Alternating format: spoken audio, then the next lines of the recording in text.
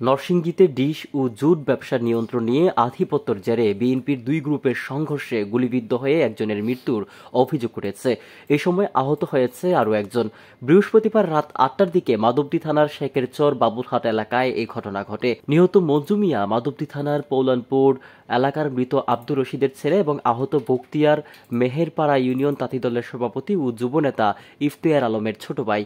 Police ও স্থানীয়রা জানায়, এলাকায় ডিশ, ইন্টারনেট ও জোট ব্যবসার নিয়ন্ত্রণ নিয়ে দীর্ঘদিন ধরে মেহেরপাড়া ইউনিয়ন যুবদলের যুগ্ম সাধারণ সম্পাদক আকরাম হোসেন ও একই ইউনিয়নের যুবদলের সভাপতি ইফতেখার আলম বাবলা গ্রুপের মধ্যে বিরোধ চলছিল। এ নিয়ে ৩ দিন আগে ইফতেখারের ছোট ভাই জ্যোতিকে মারধর করে আকরাম ও তার সহযোগীরা।